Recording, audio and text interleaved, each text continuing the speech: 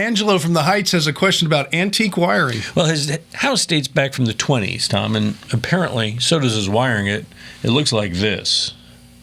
Now, this is not Angelo's wiring. This is a picture of the kind he has. It's called knob and tube electrical wiring. And he says these run all over the house. Angelo says he has no problems yet, but he's been told that he should replace it. And so Angelo wants your advice. Should he keep this rare collectible or replace it?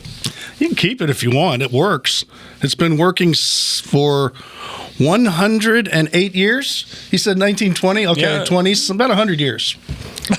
Right? That's a long time. No one told me there'd be math. Yeah, no, it took me a while. It was funny. They would have the power over and 6 feet away. They'd have the neutral, so it was far enough where people couldn't touch them both at the same time. That was the whole idea behind them. Genius. But they do work. If it's in good shape and the wire's still true to form, it's fine. Will you eventually probably want to replace it? Yeah, especially if somebody's going to buy the house, they're going to want it replaced. And so call Right Touch Electrical and get an idea what it's going to cost, fix your budget, and let's see, go from there. Unless you market it as a historical home. That's true. And then people who would be attracted to that might say, hey, how cool is this?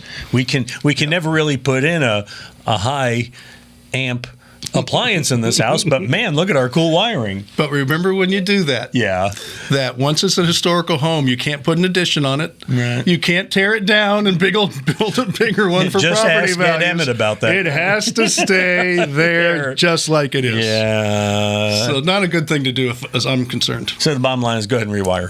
All right. Got questions? Send them to us at HomeShowRadio.com. We'll help you out just like that. Just like these videos over here. And subscribe to our channel. You'll find about new ones first.